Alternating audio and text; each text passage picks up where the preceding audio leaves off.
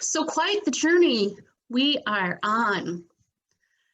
Starting back on Ash Wednesday, we encountered the woman, the unnamed woman who anointed Jesus's head in preparation for what would be preparing him for death.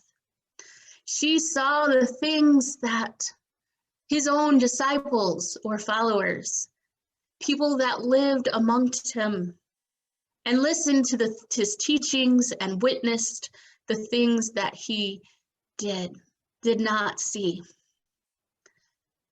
Then we encountered Judas, the man who betrayed Jesus. And in this text, and last week, we encountered Peter, the apostle and the disciple who denied Jesus, but who repented, broke down and wept. And tonight, we are looking at another woman that Jesus encountered on this road. Not someone we tend to look at or notice, but yet all of these centuries later, there's another woman, a girl this time,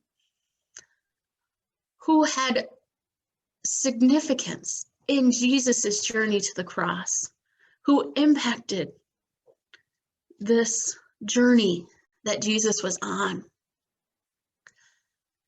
And in that culture and in that context, women and girls, especially servant women and girls, the servant class, was not one to be noticed or acknowledged or seen. And in a sense, this servant girl, this girl who we know no name, nothing other than she was a servant girl, is a part of our history, a part of the history that God used to encounter the world. And as I think about this girl, I'm reminded a little bit of our journey, of each one of us. We may think we're insignificant, and our role of bringing others to Christ may not be one of value, but yet we hear in all four Gospels, not just our Gospel of Mark today as we encounter Jesus's journey to the cross, but in all four of the Gospels, this unnamed servant girl had significant impact on Peter, on the story that means so much to us, on the journey that led to the cross, that led to healing and wholeness and love. So what about this woman, this girl, catches our attention? What catches my attention is that God values all of us, and God can use all of us, even when we think we're insignificant and little and small. God is at work in us and through us. As I was preparing for tonight, I was remembering a hymn from our hymnal called "For All the Faithful Women." And the verses 1 and 2 go like this. For all the faithful women who served in days of old, to you shall be given thanks, to all their stories told. They served with strength and gladness, in task your wisdom gave. To you their lives bore witness, proclaimed your power to save. O God,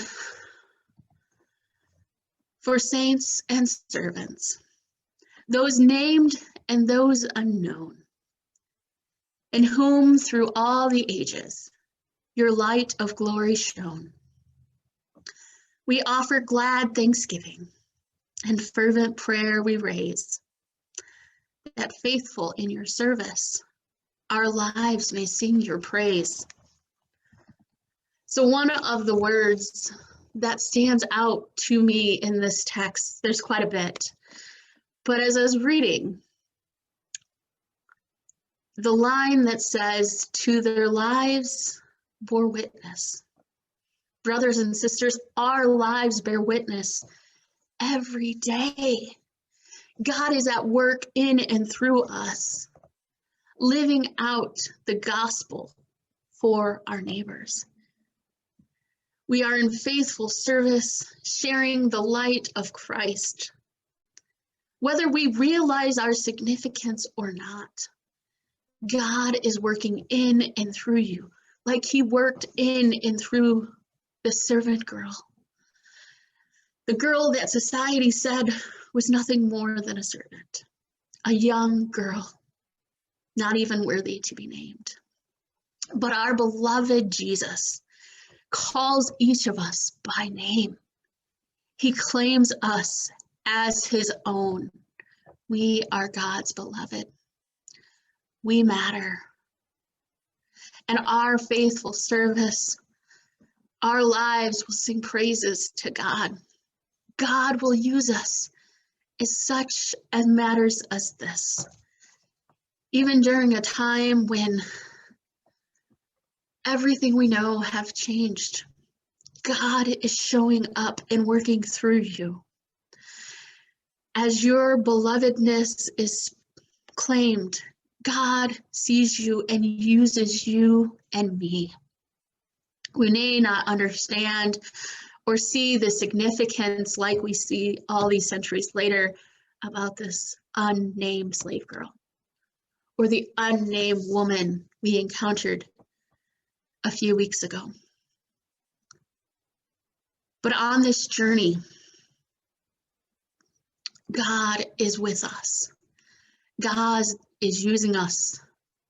As we sang in the first song and as we will sing to close, God is our light, and God is calling us to service to others. But not just service to others, but being able to receive others. The line of the hymn that catches my attention that we sang, I pray that I may have the grace to let you be my servant too. We're not just called to serve others, we are called to accept that as well. And that is what happened here. Peter heard what God was saying to him, and he broke down and wept. It's a both and, friends. We are called to serve others and be of servants to God.